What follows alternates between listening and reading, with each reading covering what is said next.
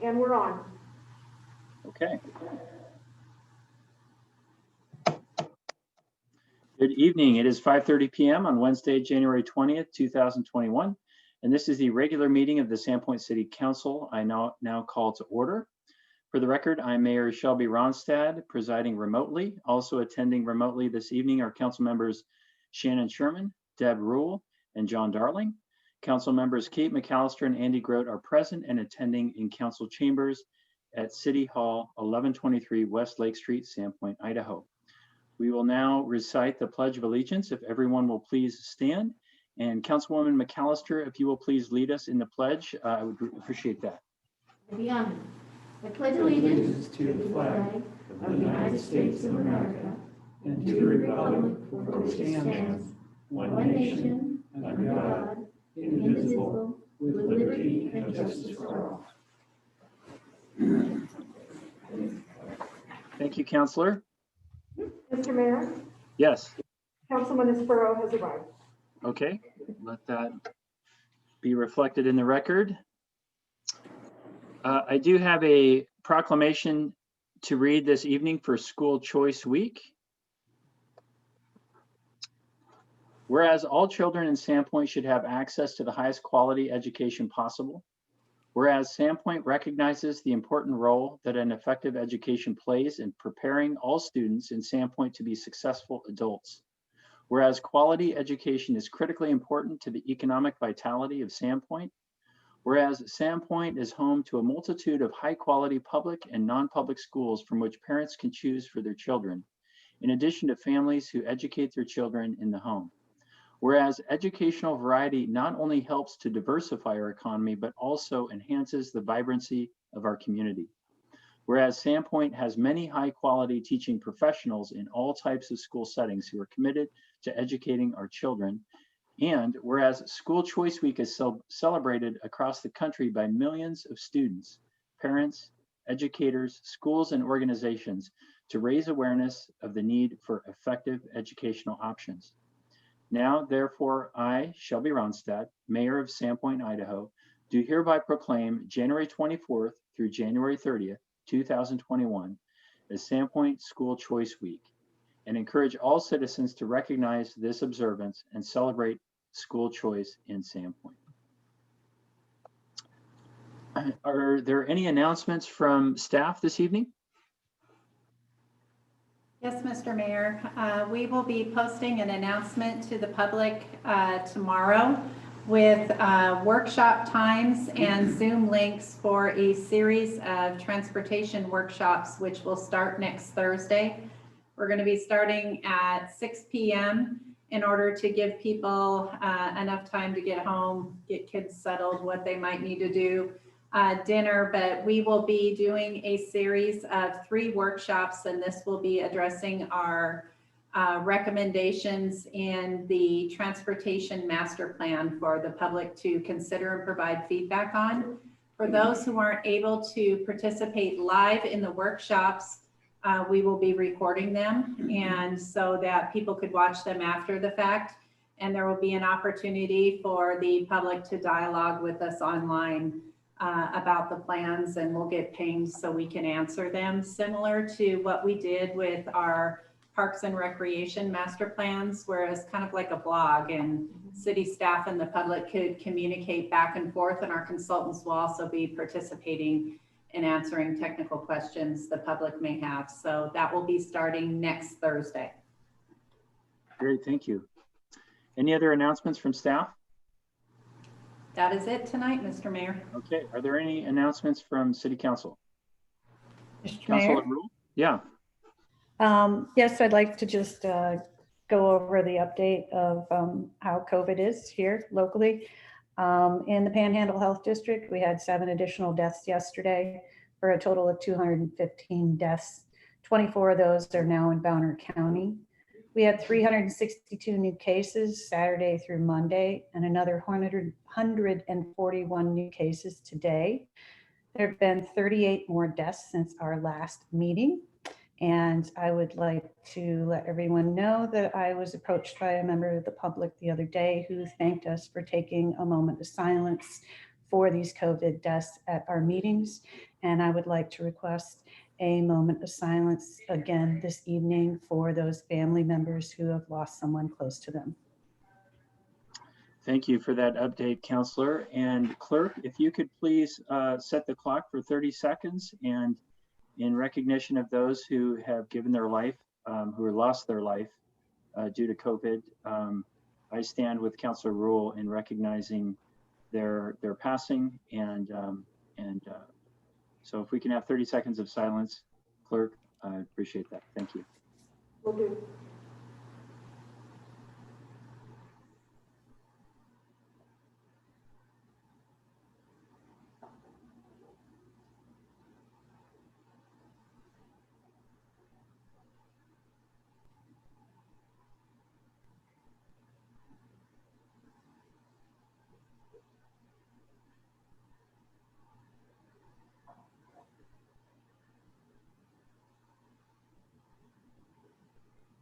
And that's 30 seconds, Mr. Mayor. Thank you, Clerk. Appreciate that. And Counselor Rule, you inspired me. I want to share a personal story. And this is hard for me to share right now, but my grandmother, my wife's grandmother, actually passed away this morning at 1 o'clock this morning. She was in the hospital and she had COVID. She didn't die from COVID. She died because the hospital was overwhelmed with the amount of patients that they were seeing.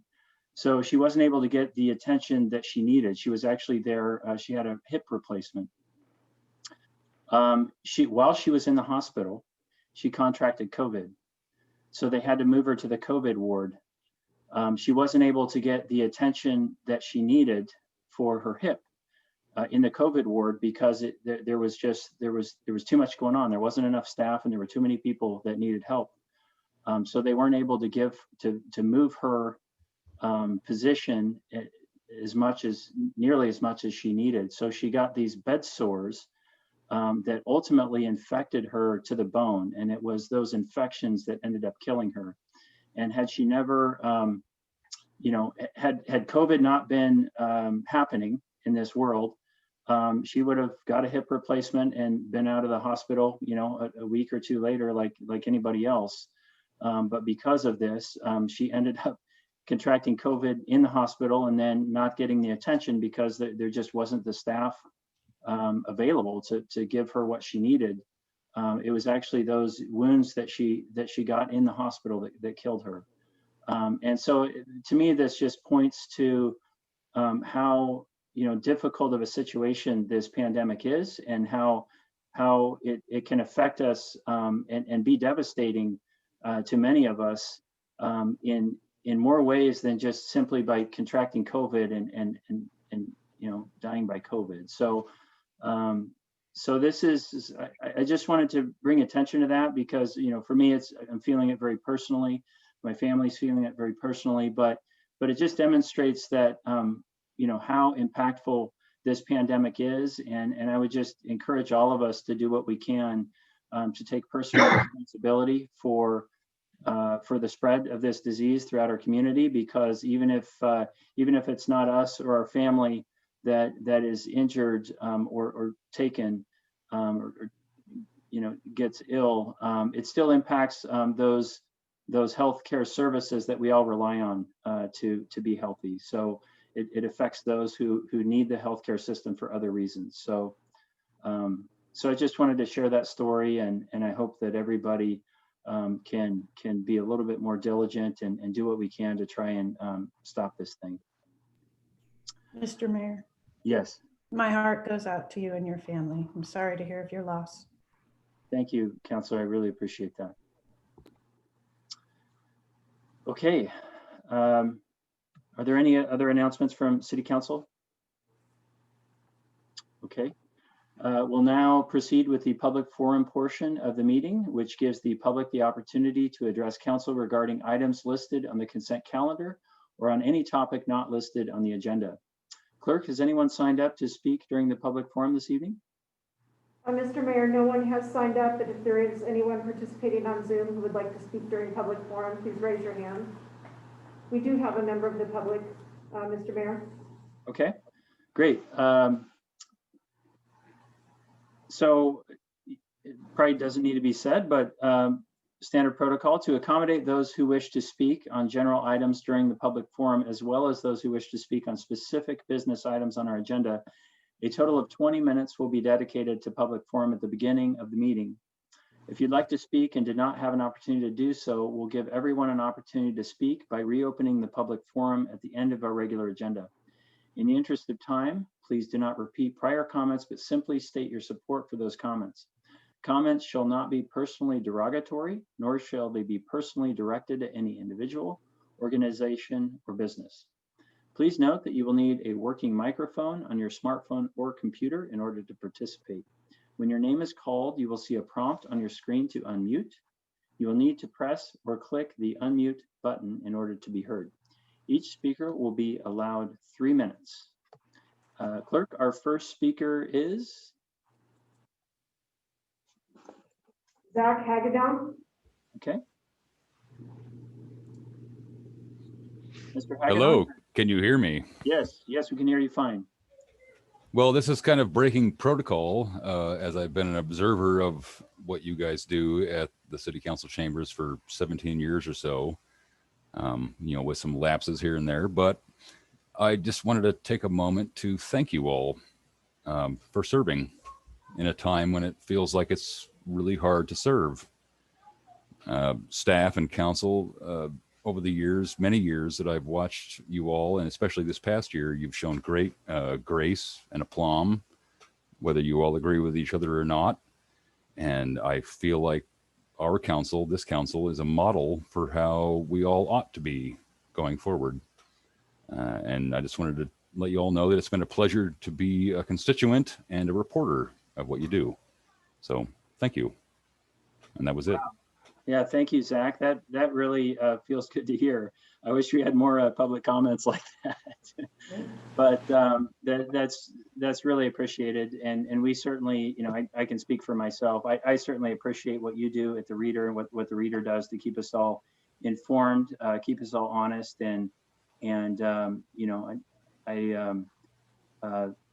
so right back at you with that compliment. Thank you very much. And I'm going to speak on behalf of the council there too.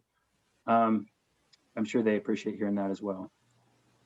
So clerk, is there anyone else who would like to speak during the public forum this evening? If we can just maybe give a few seconds for a response. Mr. Mayor, I don't have any other hands raised. Okay, thank you. We will now proceed with the consent calendar. For the record, the total amount of bills is $886,929.25, reflecting $309,215.75 for regular payables and $577,713.50 for payroll. Are there any items council wishes to remove from the consent calendar?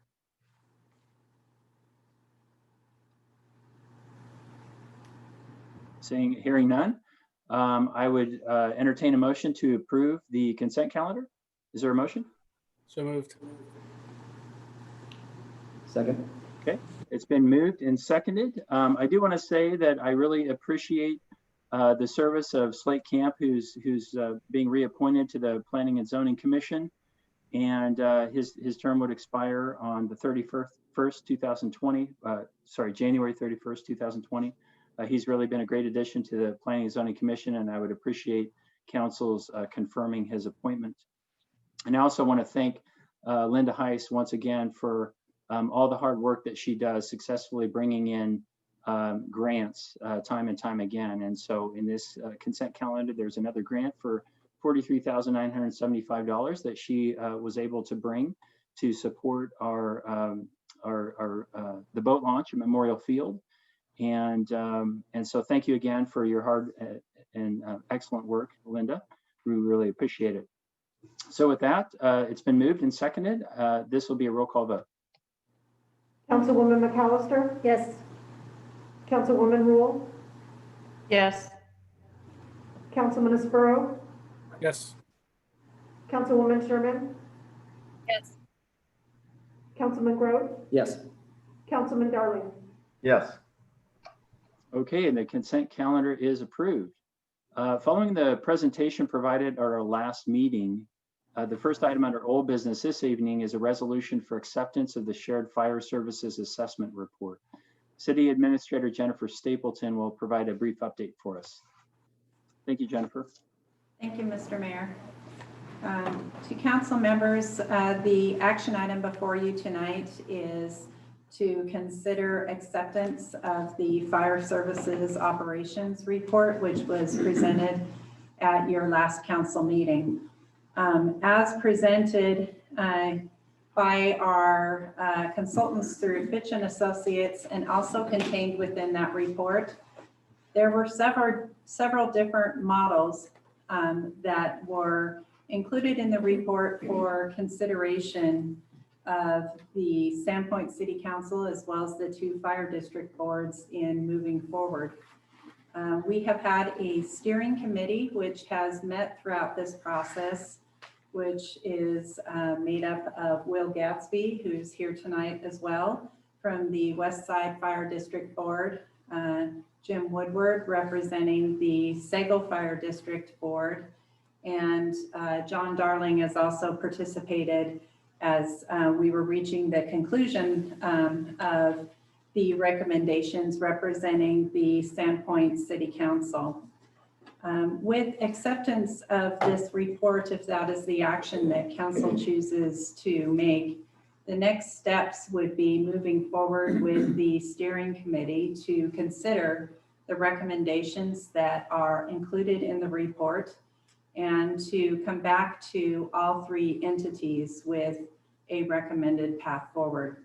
Speaking on behalf of the steering committee, the members of the steering committee were unanimously at this point in favor of a preferred option of the formalization and expansion of the JPA, which included a number of items that the consultants recommended some specific changes and some specific considerations that will need to be vetted further and discussed between the entities and via the steering committee. Those recommendations related to the budget and the budgeting process specifically, the structure of management with a recommendation that that be under a single entity, and they specifically had the recommendation of that being under the city, given it being a general purpose government and with additional services under its umbrella, such as HR, some of the financial management, treasurer functions that we have here at the city, purchasing, contracting, grants, some of those kinds of things. There were recommendations relative to overtime practices, practices relative to wildland fire and related overtime and disposition of staff. And then finally, there were some other recommendations around some restructuring, which would be part of collective bargaining. So for example, there was a recommendation that the battalion chiefs in this new structure take on additional supervisory responsibilities that previously were responsibilities of an assistant chief, battalion chief kind of function. And again, the recommendation was that with the battalion chiefs in the structure that there isn't a need to also have an assistant chief. And so they included a recommendation that the battalion chiefs not be part of the collective bargaining unit of the employees they supervise. And there are some different ways of addressing that, but again, that would be part of collective bargaining.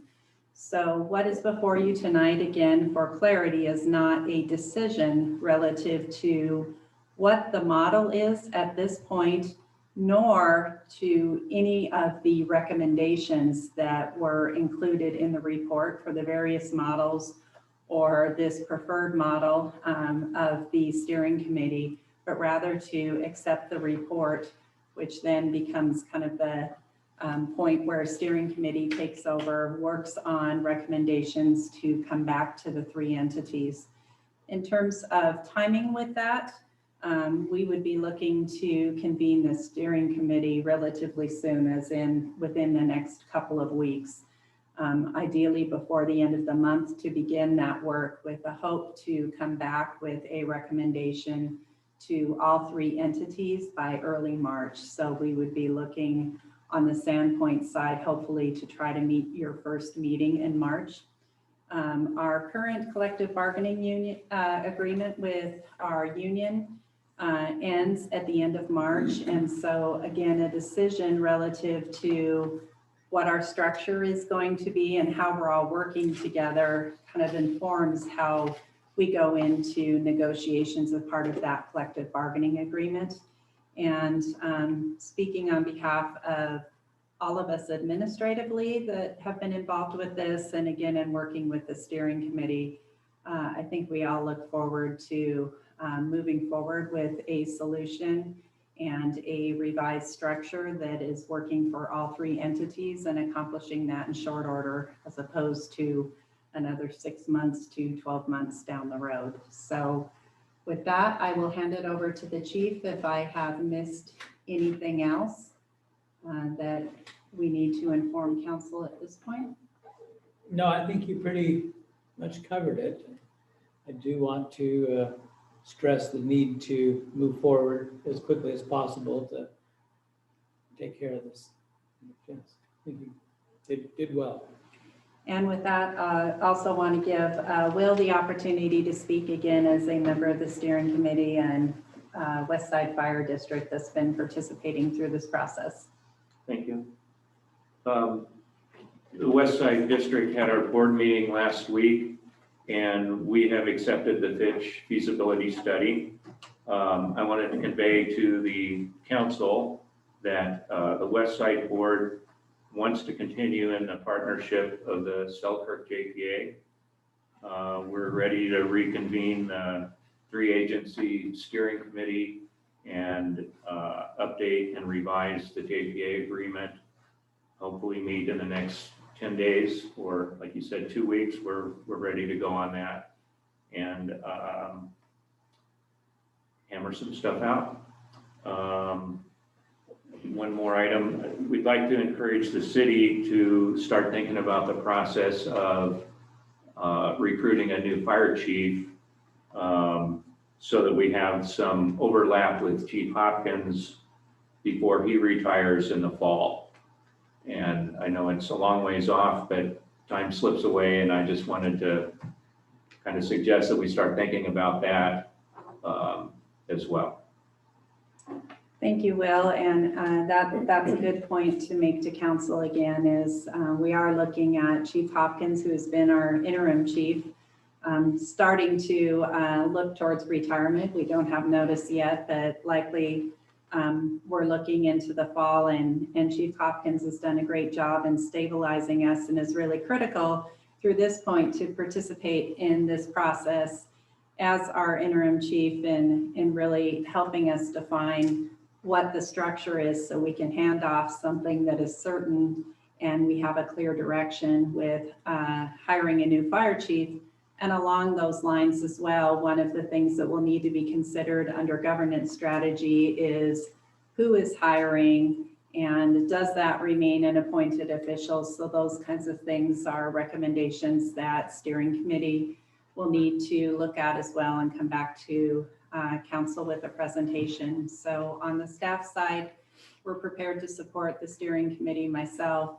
I have Nicole engaged as well to assist on the HR and planning side.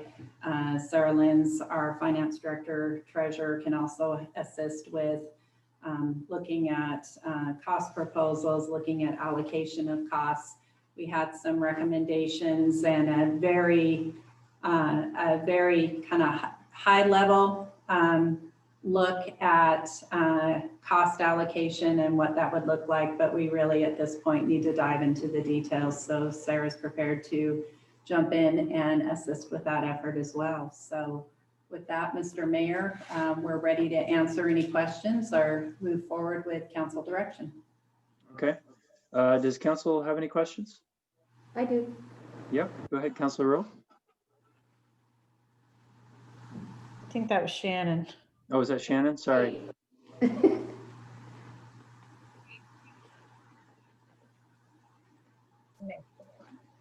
Mr. Mayor, Go ahead, I Counselor. believe Yep. it was Councilwoman McAllister. Oh, okay. Sorry, Kate. That's all right.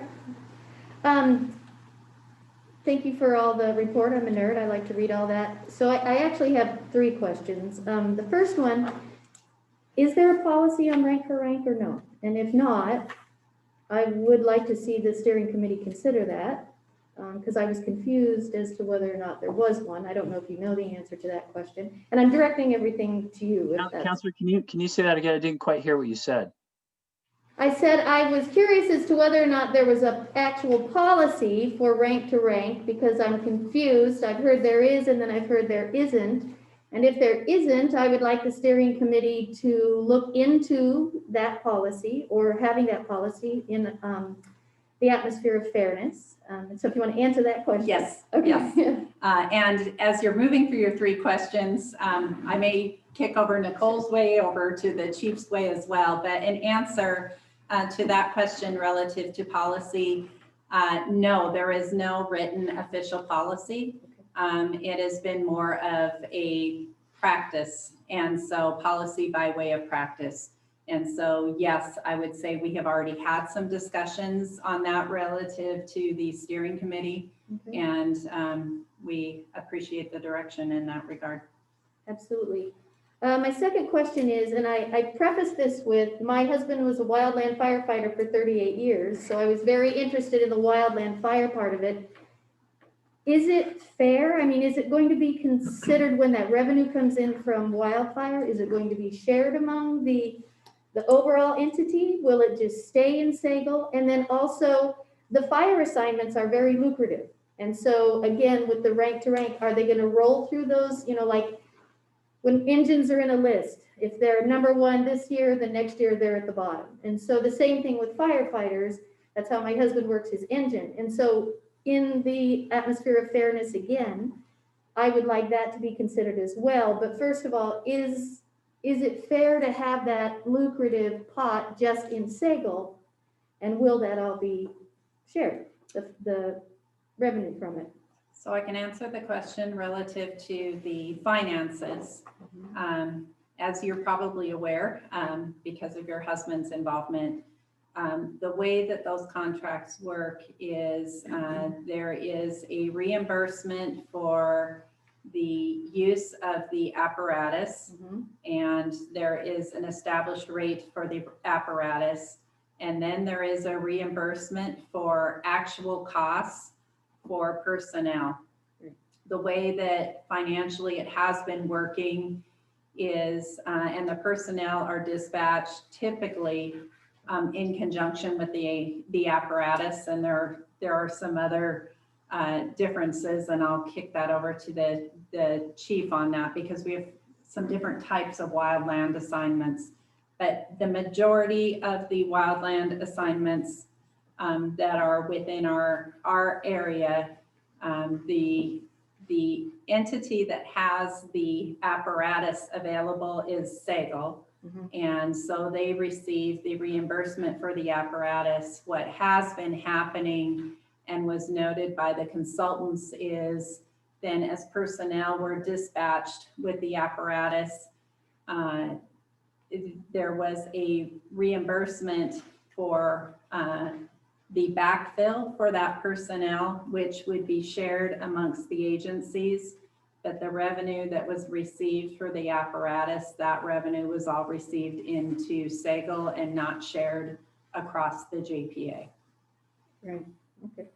Chief, do you want to, I know you've got a couple of different types of assignments, and so there isn't always an apparatus involved. Right. So for the majority of the calls, Sagal Fire hires 2 wildland firefighters for the summer. They are not part of our regular staff. Excuse me. Those 2 individuals are hired to run a tactical water tender for Sagal, and those are the individuals that go out on that piece of equipment. And so that's a piece of Sagal apparatus. So Sagal gets the money for the apparatus. their wages are reimbursed at cost. So the contracts are just basically paying Sagal for the use of the Sagal piece of equipment. So those costs would not be shared. The overtime is primarily, not exclusively, primarily a result of one of the Sagal captains that goes out on assignments as a single person. She goes out as just her. And they are, Sagal Fire District is reimbursed for her expenses. She doesn't take any equipment with her. She gets there on her own and her costs are reimbursed. So there is no revenue generated on that. There is overtime that is voluntarily filled by normal paid staff. When she's gone, she has to be covered in most cases. So those costs are incurred by the agency that fills that overtime slot, which is then reimbursed. Okay. Yeah, engines make a lot of money. Yes, and like I said, most of that revenue is being created by Sagal apparatus, but it's being staffed by 2 firefighters that are hired for that specific purpose for the season. There's occasion when they might need a second piece of equipment, but that is not the rule. That's the exception. Okay. I would say from the steering committee discussions, there were some preliminary discussions around the wildland fire issues, and there was generally, I think it's fair to say, some consensus about developing some policy around the wildland fire issues so that there isn't this cross-agency backfill, which then is creating this cross-agency billing and significantly generating administrative time and costs with tracking all of this back and forth. So there was a general consensus about a new approach and development of a new approach that would stop that cross-agency billing that's occurring back and forth. Okay, thank you. I have one more question. Thank you for your patience. I know that Councilwoman Rule and I talked about our concern about your bandwidth.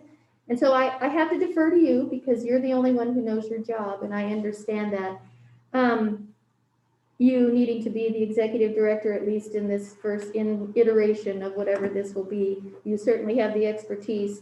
Will the ED position be compensated for separate from the shared services?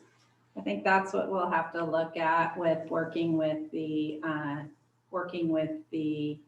across the 3 agencies and looking at what the actual costs are and presenting that to the steering committee for some review and determination of what might be fair and equitable. And I guess what I would ask is if council has any direction in that regard, that would guide us developing, what are some shared costs that should be considered. Okay, thank you. I'm done. Thank you, Mr. Mayor. Okay, those are great questions. Thank you, Councilor. Does council have any other questions? Mr. Mayor? Yeah.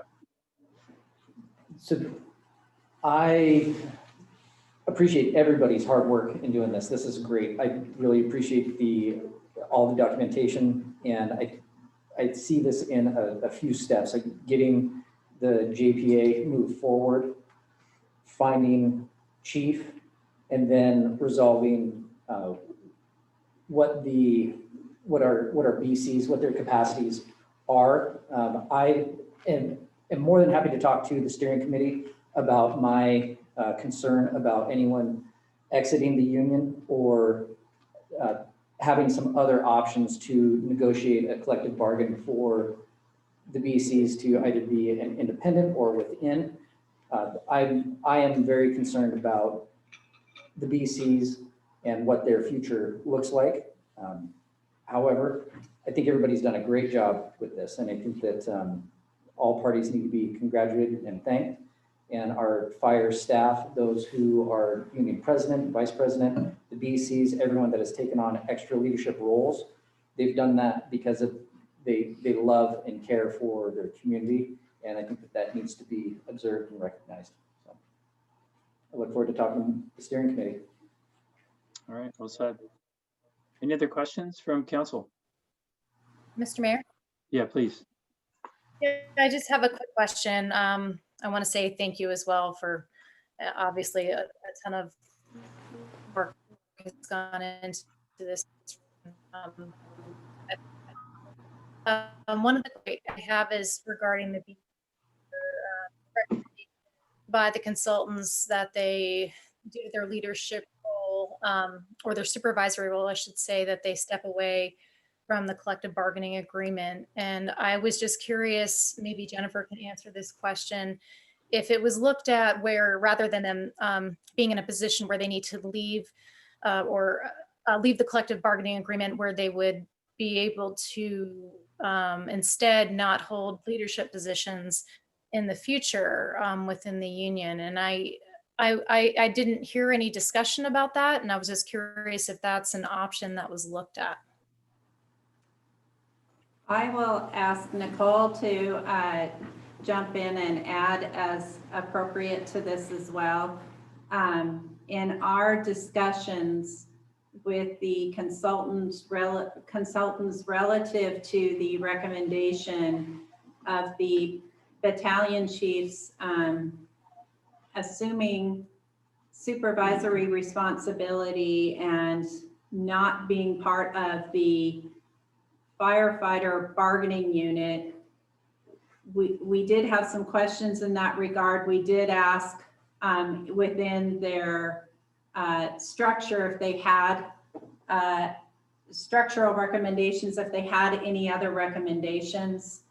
What they had presented is they felt the best option was to continue the way that we are functioning currently, with a chief and the battalion chiefs assuming a supervisory role. And their indication was because of that supervisory role, they should not be in the same collective bargaining unit as the employees that they supervise. What they did mention in the discussions is looking at other fire department and fire district structures throughout the country. It may be appropriate for them to be in their own bargaining unit, and that is quite common in terms of a practice, and we see that in fire service entities throughout our region. So their suggestion was they could be in another bargaining unit. The issue is being the supervisor of a bargaining unit that they are a part of, and that was their discussion around the serving the two masters. Secondarily, they suggested, when we had a question about what if this becomes a make or break issue, and they want to remain a part of the current bargaining unit, their suggestion was we look at then the structure that we had previously, where we had a chief and an assistant chief who was functioning as the administrative chief. But then under that structure, we would not need the battalion chiefs. We go back to a structure of having captains as we've had in the past. So I think there are a few different options that were presented. We didn't specifically ask the consultants relative to the leadership roles in the union. But my sense around all of the other discussions, whether they're in a leadership capacity for the union or simply members of the union, it still was problematic having those supervisor responsibilities and being part of that same CBA, regardless of whether they're an officer or not. Nicole, did I miss anything or anything you want to add? No, I think that was all inclusive, and really no decisions have been made at this point. It's a subject of bargaining. So we're still exploring the options, and it'll kind of be dependent on what the steering committee the direction the steering committee goes also. Great, thank you. Counselor Darling. Yes, for the record, want to just emphasize that I'm concerned with the battalion chief scenario where they would have to leave the union for that. And I've spoke with Jennifer about this, and I think it's important information that everybody should know is that in particular where there was a battalion chief that was the union president, they've already, Sago Fire Department has already moved that position away from that battalion chief position to create a non-confrontational situation where it could have been viewed as that up until this point. So I see them being very proactive about making sure that that position falls specifically with the outside of the realms of the battalion chief. While I'm on that steering committee, I am going to challenge for some data-driven information and some statistics. It appears that what we have is a semi-rare scenario that there's not a lot of information out there where battalion chiefs have specifically walked away from the union. We have not yet been able to find a scenario in our region that has happened. However, the consultants had told me particularly in a while we were reviewing their study, that it happens often and all the time. And I'd like to see some statistics on that and as to why it works. I do understand the fact of why it's recommended that we do go that direction to, minimize concern with somebody being in an authority position and also in the bargaining agreement. But I would also like to consider giving them the opportunity to succeed or fail possibly as well. So just some of my thoughts as I've spent some time on this and reviewed it, but I'm pretty excited. I think everybody's leaning in the same direction as moving forward with this. And I'm excited to see what happens in the next few weeks or few months. Okay, thank you, Councilor. Appreciate that. Any other questions or comments from City Council? Yeah, Councilor Rule. So I just wanted to have a little clarification. Probably going to be a very obvious question. So if we accept the report, it means that we're moving forward with the JPA. If we don't accept the report, it would mean that we are looking towards dissolving that. Mr. Mayor, Yeah, may I respond? yeah, please. The Councilwoman ruled the report contains several options within the report. The recommendation of the steering committee would be to pursue the direction of the formalization and expansion of the JPA option and work through those details for a presentation to council. Tonight, by accepting the report, council is not accepting one alternative over another alternative. It's simply accepting the report and the findings as presented and not a determination of structure necessarily today. Okay, then I know this will probably be steering committee stuff, but some of my concerns are, the city being burdened again with the hiring process, it sounds like. Does the city actually have those man hours? Do they exist? Again, the city being burdened with the accounting portions and payroll portions of this. And then it almost seems like a conflict of interest to me that the ED would be in charge of the committee, and it was stated that that potentially would be Jennifer's job. And if we do these hirings or we need to hire more individuals at the city to take care of these jobs, I think it's very important that we're reimbursed for that. But I also am concerned that some of the actual accounting for the hours that might be a part-time position or part of somebody else's job will not be thoroughly accounted for, and so the city will end up with a heavier burden than some of the other agencies. So if the steering committee were to move forward, I think it's very important that we can figure those things out. Jennifer, can you respond to that? Yes, Mayor.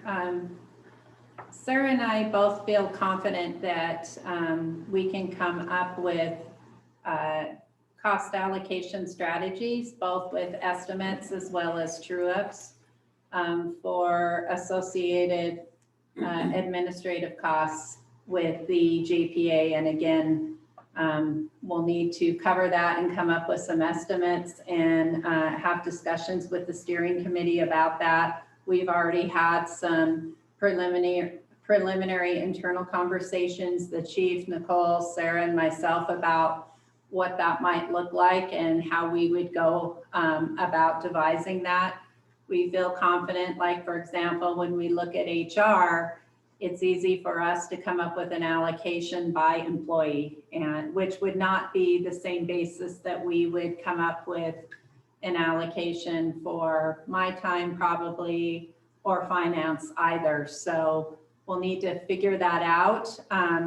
And we're confident we can come up with it, and there will have to be a true up element to that, because at this point we're kind of taking a guess again. But we want to get to a point where we can create some amount of certainty for our partners and protect the city at the same time. It's not unsimilar to what we did with the police department when we looked at allocation of costs to the city of Kootenai.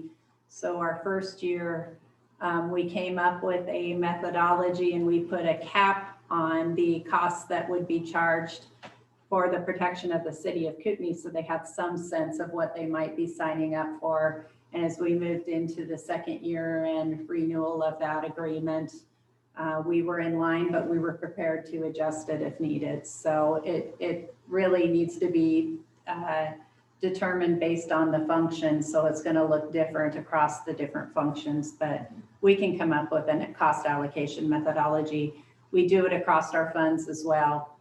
As for example, IT costs, we need to allocate to the general fund, but then a cost across to our special revenue funds as well. So it'll be a similar exercise in this regard. Okay, thank you. Council, any other questions or comments? Okay, seeing none, is there anyone, any members of the public participating on Zoom who would like to comment on this matter? Please raise your hand. Mr. Mayor, we do have a couple of folks. Okay.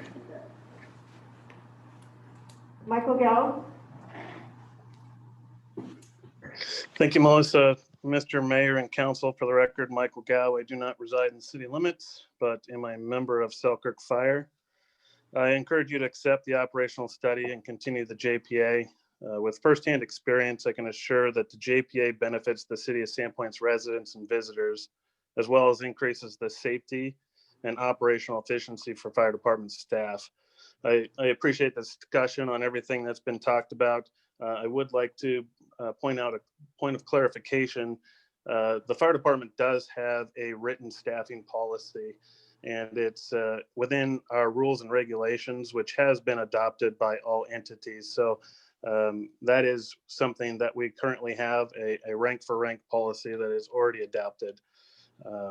I just encourage you to continue moving forward with the JPA, and appreciate your time. Thank you, Mr. Gow. Appreciate that. Clerk, do we have another speaker? Yes, we do. Kevin Morbietta. Hi, I just unmuted. Mike Gal already kind of addressed some of the stuff. I just had one comment for Councilwoman McAllister, was to clarify some of the confusion on the rank for rank policy. I am the creator of the policy. I wrote the policy. That policy does exist. I guarantee it 100%. I can get you a copy of that policy if you would like. I'm also the administrator of our CrewSense program, which is our software program that basically it's our staffing it's not our staffing policy, but our staffing software that does call outs and callbacks and stuff like that. And I implemented that rank for rank structure in our software program. So that does exist. We are operating that way. And I apologize that there is still confusion out there on that. Like I said, I would be more than happy to get you a copy of that document.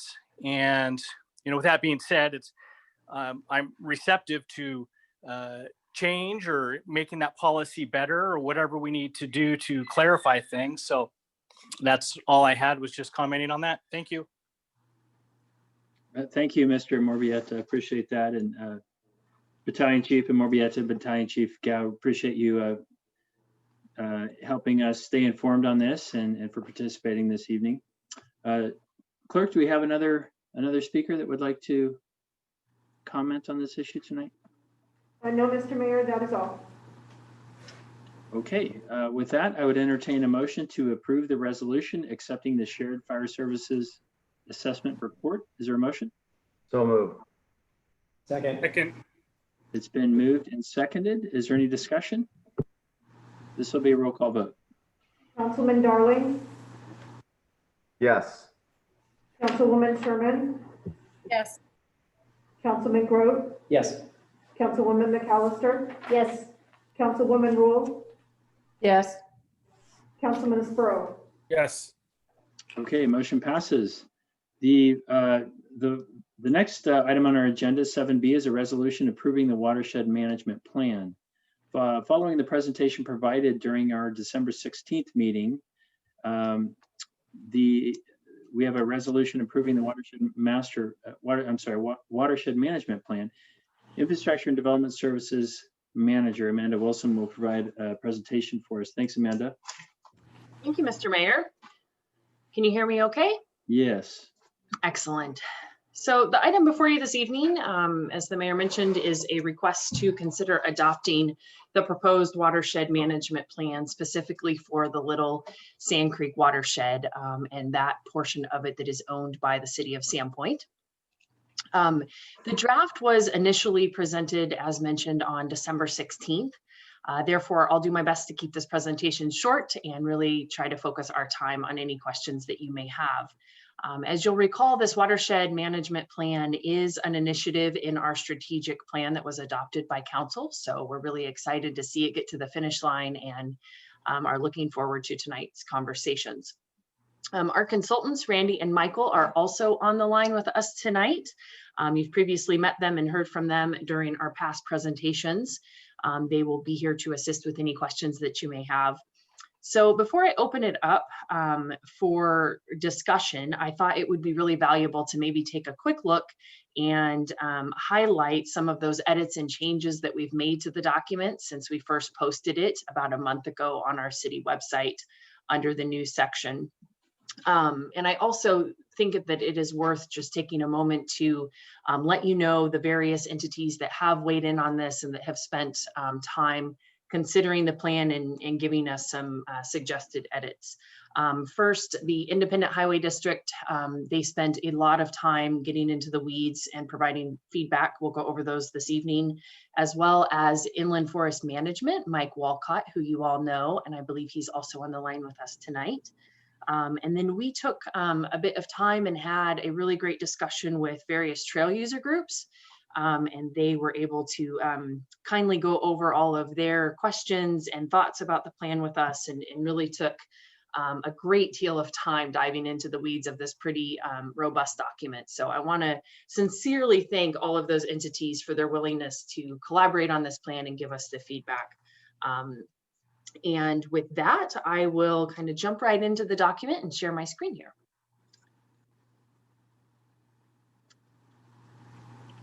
So the version that was uploaded with the packet did not highlight every single change. It incorporated all of the changes that were made.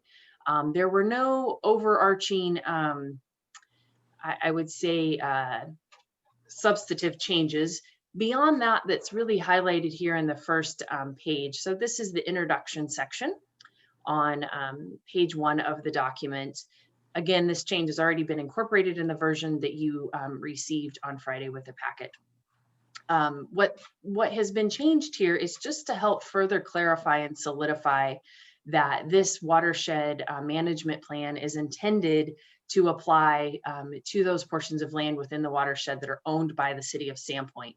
And we've added some additional clarifications to that accord throughout the document, but this is where you first see it. Let me move my screen here just a bit.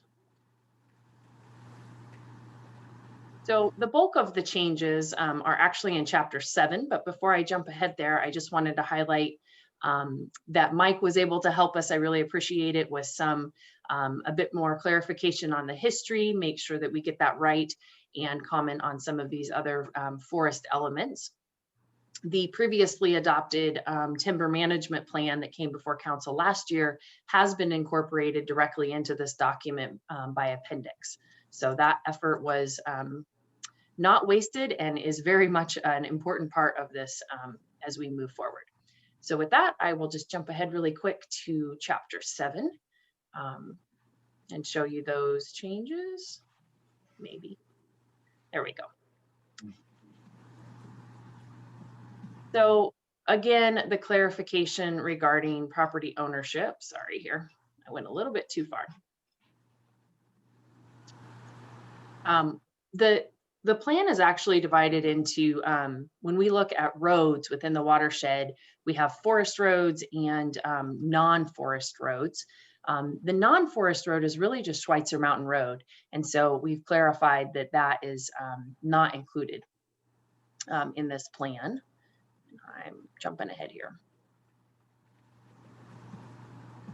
So in this section, we just took a bit to further clarify that although all property owners within and affecting the watershed are encouraged to follow the best management practices of this plan, all of the references to inspections and maintenance and construction that are described are only applicable to those on city-owned property, and they're not intended to convey or imply any limitations or restrictions on other property owners. We discussed this in quite a bit of detail when council was considering and adopting our city code regarding the watershed, and that the city is not in a position to regulate outside of city limits on private property. So again, some of the areas where we previously had references to Schweitzer Mountain Road and regarding some of those best practices, those have been omitted from this now, just to make sure there's not any confusion. And that is really the overarching theme of those changes. And then we also note it was already included. We just went ahead and further solidified that action item, and that is to formalize a memorandum of understanding with IHD, which I will say that IHD did take a lot of time meeting with us and discussing this, and they are absolutely on board with working together to come to terms on an MOU that will help make sure we're all on the same page about inspection, maintenance, and construction on that road that goes through the watershed. And really the purpose of us taking a deeper dive into that is because obviously that adjacent road between the culverts and then just future plans for it, given its proximity to our watershed, being an adjacent property, we just want to make sure we're all on the same page about best management practices to ensure that happens. And with that, that is really the summary of the bulk of the changes. Like I said, they were primarily in chapter 7. So let me make sure I don't miss this last one. Again, as you can tell, just further clarification as far as property ownership. The last bit is we completely omitted the section in Chapter 7. I won't make you dizzy by scrolling back to it, where we previously talked about non-forest roads. That's just been removed, and said that no non-forest road will be allowed on city-owned property. So we're not looking to put a primary road through there that's not intended for the general watershed. Last but not least, a request that we had from IHD that you'll see in the footnotes within the document is that any trail or maintenance type of activity that or utility permit that we may issue that enters or exits their right of way would require permission from IHD. So we've incorporated that comment from them within our plan. So with that, I will go ahead and open it up for any questions that you may have, and certainly encourage our consultants will chime in as we see fit there. So, great, thank you. Randy. Yeah, are there any questions from council? I have a question, Mr. Mayor. Yeah, go ahead, Councilor. Maybe for some clarification. So have we ever had an MOU with IHD or IDL for these? We have an MOU with IHD currently, but it does not address the watershed or Schweitzer Mountain Road. And no, we have never had one in the past. As far as IDL goes, we have an existing agreement, as we discussed when we adopted the previous adoption of the new code.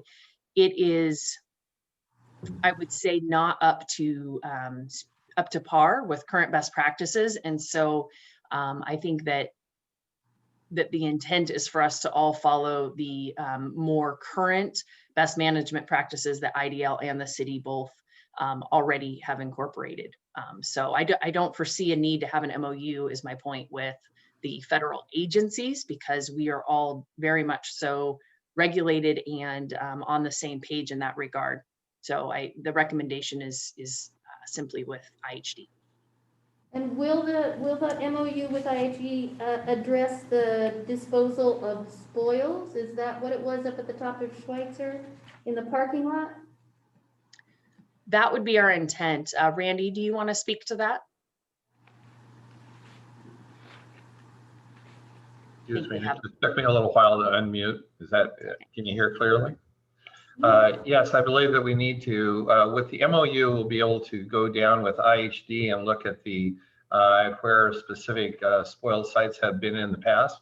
And if it's deemed on site, that is actually Schweitzer Mountain, then a discussion with Schweitzer Mountain will be on how to stabilize these spoils in specific areas and point out to Schweitzer. With the snow being present, it's a little tough to be able to take them out and say, you know, this specific spot we want to see, but Amanda does have it on the schedule to have those discussions on site, which is critical to be able to show what the soils are actually doing. And I think, you know, that's part of the MOU, and if it is deemed that it's a Schweitzer issue, the discussion with Schweitzer proper. Okay, thank you. And then one more clarification, if I could, please. The when it talked about some of the trails and how much in disrepair they are, so if a bike rider goes up there and that log bridge rots out and he crashes and burns and hurts himself pretty bad, are we liable, or are they at their own risk, their own peril when they ride their bikes there? Maybe I'm tossing it over to you. Amanda? So thank you, Rainey. And actually, Mr. Mayor, I assume you would like to ask Andy, our attorney, that question. Yeah. Yes, we had Andy on first with a response. I think in terms of the trails, obviously a rider rides at their own risk on a trail. Yeah. I think it would be prudent if we have stream crossings with bridges, we might want to make sure that they are in some state of decent repair and they're not creating a hazardous condition which would leave us susceptible for liability. But I think that would be part and parcel of management of the trail system in its total. That's a long way of saying, you know, you ride at your own risk.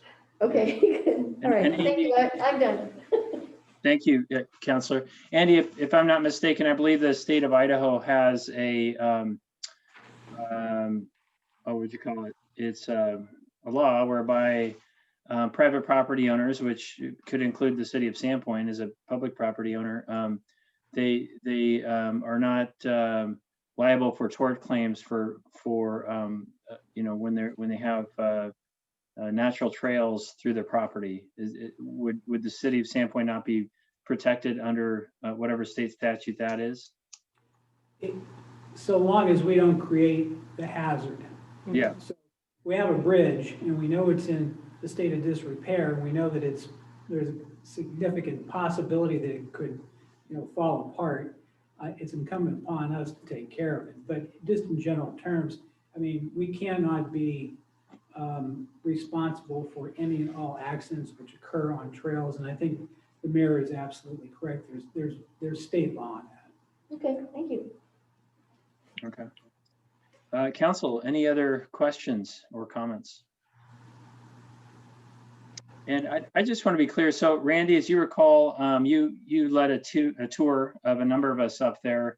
I know Councilor Rule was there and some other user groups and other whatnot. And there was significant, I can't remember, I think we were maybe at Switchback 4, and there was a significant amount of erosion damage that was a result of some maintenance work that had happened on Schweitzer Road that summer. And so I just want to be clear that this MOU that we're talking about with IHD would address some of those maintenance concerns or road reconstruction, any protocols that would go along with road reconstruction or maintenance, that the watershed would be protected through this MOU, or there would at least be protocols in place that would be consistent with our standards in terms of protecting the watershed from any potential damage from construction up there.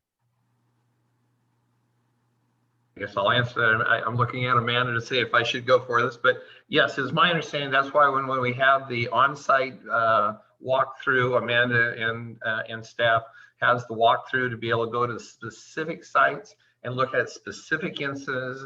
So then we can then ask and set into that MOU, here are the standards that the city believes that will adequately protect. What standards are you going to do you currently have? And since this is occurring, how was that a standard that was just not in place, or did you not have a standard? And if you don't have a standard, here's a really good one to use. And so we don't want to cram it down the throat with a MOU discussion, but we want to be able to say we will, Amanda will come prepared, and whoever, to be able to address those issues directly and have a wide variety of maintenance and operational plans. If they'd like to use them, they're more than welcome. And then it's just a negotiation, as in any MOU, on how you actually get to the end product. Okay. Great. And are there other, you mentioned Schweitzer, IHD, are there other entities or private property owners that we would want to engage with MOU as well of the watershed?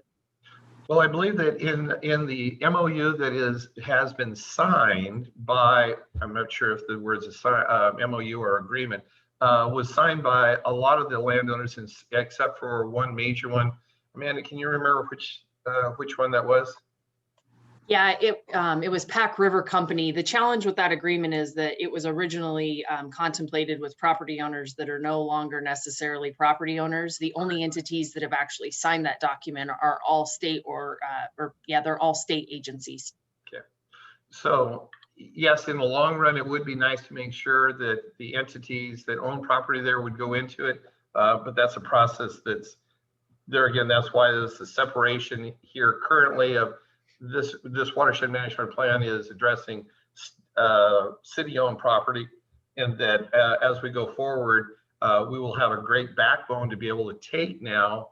I say we, excuse me. The city would be able to take to each individual landowner and say, hey, if you're going to be working on this road, here's the standards we use, and they won't have to be researching or figuring out what could be or where it is, or they will. The city would be able to hand them a little packet of one of our appendices out of this plan and say, here's how we take care of our roads. You're more than welcome to use it, or we'd like you to use this because of water quality issues, yada, yada. Okay. Hey, Randy. Yeah, Just go ahead. another point. The watershed management plan is based off of a lot of the IDL standards and federal agency standards too. So it's not as critical to have an MOU with those agencies. Okay. Correct. Appreciate that. Yeah, it's just the private entities that we're really discussing here. Very good clarification, Michael. Okay. Are there any other questions or comments from council? Great. Clerk, is there anyone from the public that would like to comment on this issue this evening? I am not seeing any hands raised, Mr. Mayor. Okay. We'll wait for a few seconds in case there's somebody looking for their unmute button or their hand raise button. Mr. Mayor, if I could make one more comment, I just want to thank you very much for the report. It was very thorough. Michael and Randy and Mike Walcott, I actually enjoyed reading it about the wildlife and so thank you very much. It was very easy to read and follow, and I really appreciate all the time and work that you put into it. Very welcome. Thank you for that. We all do. Okay, with that, I would entertain a motion to approve the resolution adopting the watershed management plan. Is there a motion? So moved. It's been moved and seconded, I believe. Which one of you seconded that? I'll second. Okay, sounds good. Thanks, Kate. All right, it's been moved and seconded. Any further discussion? This will be a roll call vote. Councilwoman Rule, Double yes. That was just for Amanda. Long time coming, right? Thank you. Councilwoman McAllister, Yes. Councilwoman Sherman, Yes. Councilman Spurrow, Yes. Councilman Darling, Yes. Councilman Grove. Yes. Motion passes, and with that, this meeting is adjourned, and I wish you all a good night. Mr. Mayor. It's the back page. What's page 4? We've got item 7C. Is he gone? Council President? You're I was like, he gone. I think we're supposed to have an update from Jennifer on the council chamber renovation. That's funny. He's had a long day, you guys. Oh yeah, of course. Yes. Yeah. Well, I was. Thank you, You got me all Council excited. President. You got me all excited. For our last item tonight, I wanted to, this was included in your packet, but I will cover a short presentation here tonight too on an upcoming remodel of our city council chambers, in other words, your chambers. So wanted you to have an opportunity to see the plans before we put this out to seek proposals. We have budgeted for a city hall remodel this year. This is a portion of the remodel. I'll talk about that in a second. We are within budget and we are under our threshold limits for council needing to approve a formal bid process with this. So we anticipate we're under that threshold, but I wanted to take this opportunity tonight because we've been talking about it for several months to give you an opportunity to see where we have landed with the remodel of council chambers. And hopefully we're kind of going to have to, we'll have to work through this, and hopefully I can get this to where it is large enough for you to be able to see our chambers here. Oops, wrong way, the other way.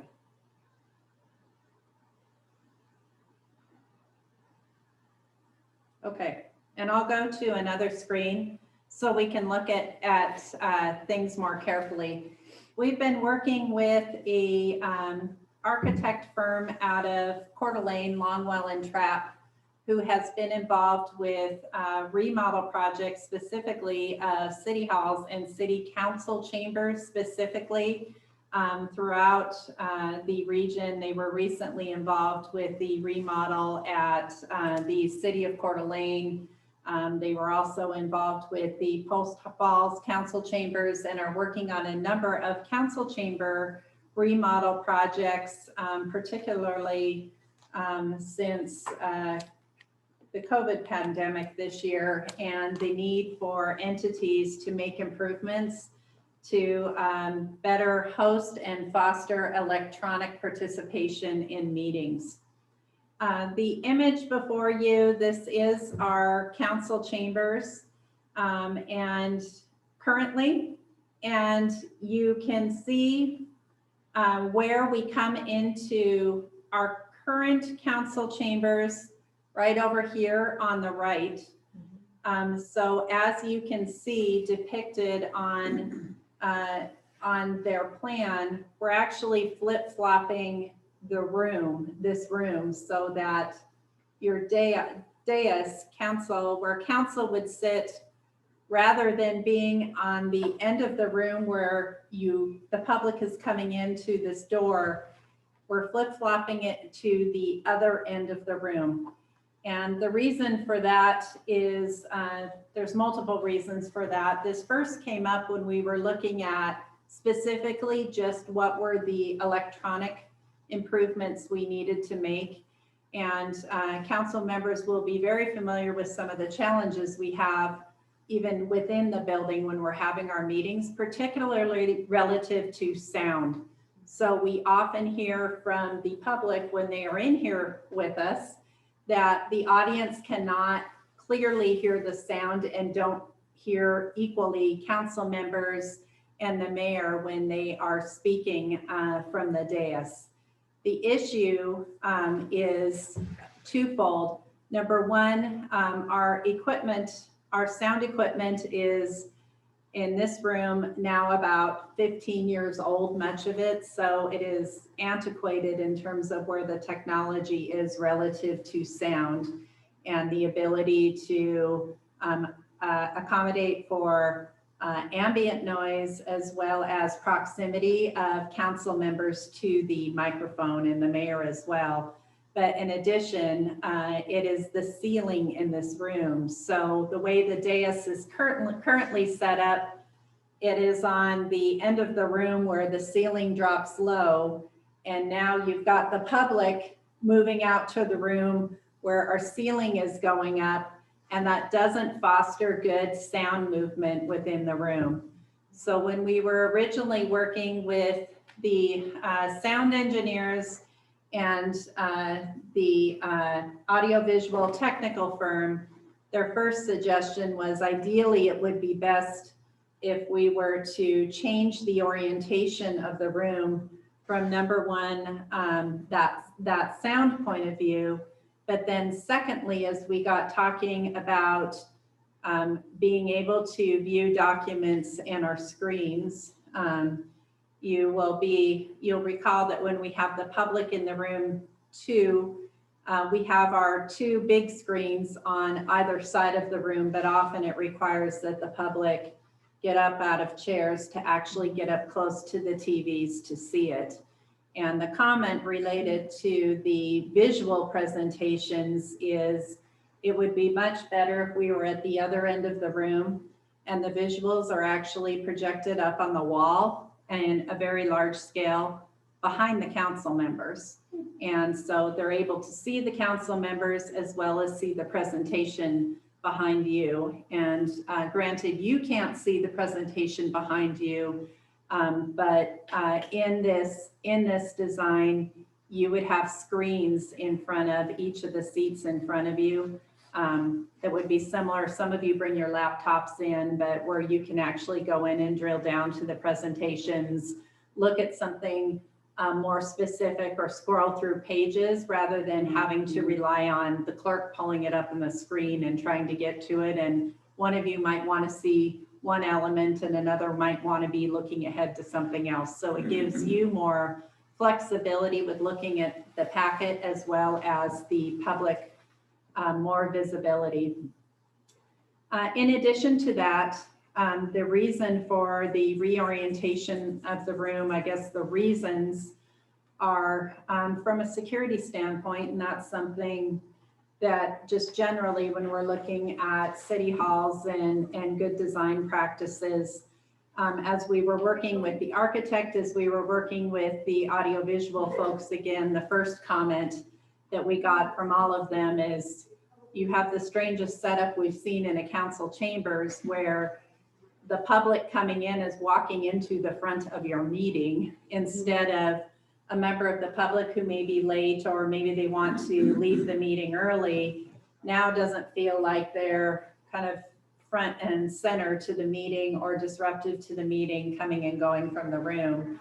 And then furthermore, as people are coming and going, it gives that visibility to see people coming and going, not next to you, but how you would typically see a room oriented.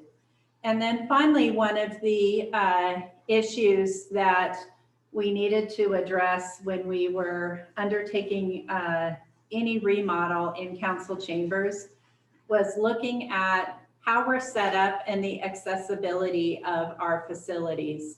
One of the issues for the city in the past has been our ADA accessibility. We've adopted an ADA transition plan. We've been looking at making improvements at our sidewalks, in our parks, in our facilities. And as we were looking at the design of council chambers, one of the notes was if at some point in the future, we were to have a council member that needed ADA access to the dais, we're unable to provide it. So we could not provide with this current configuration even a ramp to provide that access without that ramp being extended throughout the entire room or building it out in the hallway at an extremely significant cost. So that is where we landed with the reorientation of the room. You will see that with this reorientation at what is currently our front end of the room where the dais is, we are keeping a table and conference chairs there that allows us to continue to use this room for meetings outside of council meetings or when we're having public workshops, so that we're set up with the electronic access and have a room that can accommodate a larger group for meetings. And the design is set up so that it would be a more comfortable design. You'll note in the back of the room, currently the front of the room, the plan also includes for the addition of windows in that rounded area to bring in some better natural light into the room, but also it provides better security in this room, not just during council meetings, but throughout the day. One of the challenges in our design at City Hall is that this room kind of sits off on its own other than fire next door, but they're typically geared towards looking out, not in at City Hall. And so during the day when people are meeting in this room, we have no visibility throughout the rest of City Hall really as to who is in this room, or other than by just locking it. We don't have this visibility because our City Hall is actually two separated buildings. And so as we're looking at our design, it was how to increase security visibility throughout our facilities. So they included the addition of 2 windows. They're in the back of the room, currently the front of the room. I would also note for council members that if for whatever reason we ever needed to evacuate the room, we had a full council meeting going, for example, and we have the public in, we have the full council in. Under our current configuration, council's got to exit. We've got to get council all off the dais, out the one door. We're trying to get the public out into the same hallway as well. And so under this revised configuration, it actually provides 2 exits for council on either end of the dais. So on one side, if you think about this room, one side is the police department, the other side is the fire department. And so we actually have building exits and security on either side of the building via those departments. And if for some reason we were in a position where we needed to evacuate the building for whatever reason quickly, now we also can evacuate the public through the back of the room, through the doors. We have council and an opportunity. Staff could go either way, but we could get a quick evacuation if we needed it from this building at any time. We have kept the design of 2 staff tables with the podium in the middle. Over the last, 18 months, we have tried multiple configurations with our staff tables and the podiums. And at the end of the day, this seemed to be the configuration that worked the best for us, where we didn't have a design, and this has been a challenge in the past in terms of the conduct of our meetings. While our procedural rules say during public comment, questions of staff are not allowed, engagement with the audience or engagement of questions of the audience is not allowed during the public comment. We have had all of those things happen frequently, and this type of design where everyone's oriented forward and they're adjacent to one another as opposed to the podium out front and staff behind or vice versa has seemed to work the best to facilitate the kind of structure and dialogue that is prescribed in our meeting protocols. There is closet space that is included in the back of the room as well for the AV equipment, and for council members and for the mayor. It takes you from your current configuration where you've got the server area and the AV equipment right next to you. And we've heard from council members that you're hearing the fans going, and that can be disruptive in the meeting or make it harder for you to hear. This would be separated into a separate closet. And then finally, in terms of technology that is built into this design, this would be reorientation of screens coming down from the posts where we have them currently to being mounted up on the walls. So the public, if a member of the public wanted to see what's on the screens, get closer beyond what's behind council, there are screens on the side they can access. This includes upgraded sound. So those who need accessibility and need to connect into a listening system just can make that request, and we will have that available here. We currently have those devices available in City Hall, but we're about a decade old with those currently. And then finally, the other thing that is built into the audiovisual design for this room is we will have connectivity to video screens that will be out in the hallways, one by fire, a second over by police. So if we have overflow crowd, we can accommodate overflow crowd out there with both audio as well as visual, because that's been one of the challenges when we've had overflow at meetings, that the public can't get in, they can't see what's happening. And that's been a point of frustration when we've had some of our more popular meetings in the past. And again, we're filtering people out in and out from the front of the room.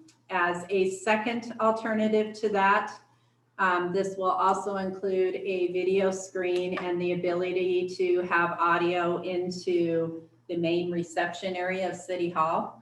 So we could move additional overflow inside in City Hall in our main reception area. And then we have also built in the connectivity already via fiber connectivity and Wi-Fi over to Community Hall. So if for some reason we had a very large meeting and a lot of people wanting to participate, we now don't have to have the overflow in the parking lot. We can accommodate overflow in our own building and also secondary overflow and function with space in Community Hall with the opportunity for people to see the meeting, to provide public comment via video, and have that interaction at Community Hall as well on a high-speed connection. Let's see if I have anything else that was, again, we've got just kind of more close-up of the visuals was included in the packet. And again, you can see the plan for the dais, as well as you can see where they've included the ramps as well up to the dais on either side for council members. As proposed in this remodel, the dais does not sit quite as high as what we currently have, so it'll be about 6 inches lower, but it will be consistent with actually what they're doing in most of the city halls throughout our region. And the plan with this will be to put this out for proposals as early as the end of this week. And receive proposals and begin construction by the end of February. And we anticipate being under construction here through the end of March, possibly our first meeting in April. What we have planned for contingency during that time is we do have the fiber connectivity as well as the Wi-Fi over at Community Hall. So what we would do on an interim basis would be to move our city council meetings over to Community Hall from this facility to allow for the construction to occur as quickly as possible, get this done, and hopefully be back in this room in time for us to be able to reopen our meetings to the public as well. So we are kind of taking advantage of the opportunity to get this done while our meetings are electronic as well, because obviously we cannot accommodate as many members of the public in City Hall as we can in this facility. So that would be the plan in terms of how to complete that remodel. Council members are aware that we are looking at our remodel needs and have been looking to get a remodel accomplished on our first floor, at least this year, around providing better customer service. That will be a second phase of this project, and that will need to go out to formal bids. So I anticipate being back to council with that probably next month. But to give you kind of an early preview of what that looks like, you can see where we're working through City Hall in general. And our contract with our architect is a phased approach looking at our needs throughout this facility, including the second floor of the main building, main City Hall building, as well as our police area. And council members, we took you on a tour of that earlier this year. And so you had a chance to kind of see what our situation is with our setup and police. But the plan would be to look at this as a phased approach. And so at this point, it was council chambers first, and then looking at our customer service area and reception area in the main City Hall building. So that will be coming back to you next month. So any questions, concerns, something that was missed? Another great job. It's very timely. Like you're answering the call from the public. We've had some pretty exciting and well-attended meetings. We've gotten some feedback from them on what would make this better, as well as the ADA, which is huge, as well as you're capturing the moment of there's really no better time than now than to handle council stuff. You know, I really look forward to getting our police in a better situation than they are. Yes.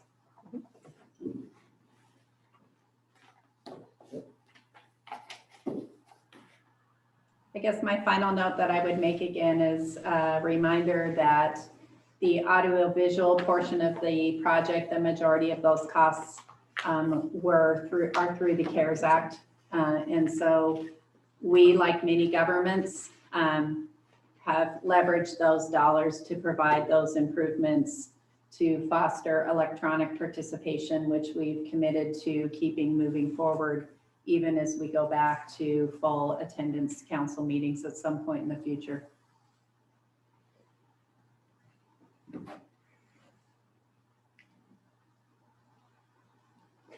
Okay, we're done. Uh-oh, We're done Megan's now. back. Shelby. No, Shelby, we can't hear you.